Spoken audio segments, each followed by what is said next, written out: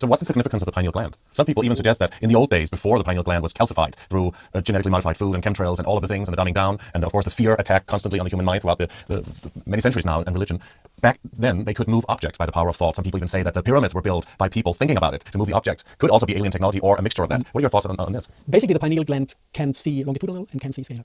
So the wave patterns that are rejected, ignored by standard physics, become visible inside this eye. It really has the structure of an eye. If you make a crosscut, it looks like an eye. But it sees different wave patterns. So with the longitudinal, you actually can see through matter. So you can blindfold a child, and if it's trained to see with the pineal gland with the third eye, it can still ride a parkour on a bike without having an accident or distinguish colors and shapes. There's schools doing this. You can shitloads of YouTubes at the moment of children reviving these abilities. And with the scalar, actually, you also see things, but you see non-locally. And you see not in the now. So you can see the future, you can see the past, because of the scalar has a different access to space-time. The longitudinal is still bound to the now concept of space-time, that we live in the now, and the next now comes, and the next, but we always stay in the now. This is kind of the way space-time evolves in a way, and we have a past. But the past is not the same like the now that was before. The past is a concept of speed of light, and it's difficult, you can go into a high-dimensional understanding of realms from there, kind of. We're not doing this, it's too complicated. But do you think everything has already happened, meaning that the past exists now, and the future exists as well, and the present? You need to understand that there are two different times, two different concepts of time that we project on top of each other. One concept of time is the recursive nows.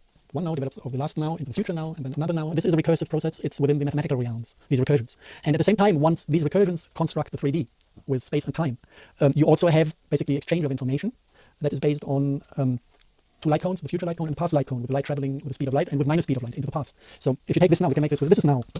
And then you have a future and the past. And from the now, you've got a wave pattern going into a future event and a wave pattern going into a past event, changing both.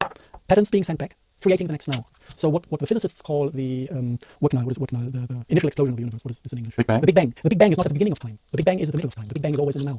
And from there, the past is growing like the future is growing, and the universe is expanding. This is something they completely got wrong because they are in this overlaying projections of the two time qualities. They think that they need to go into the past to find the origin, but the origin is always in the now. This is why the creational concept in the Bible is more accurate than the physicist's concept.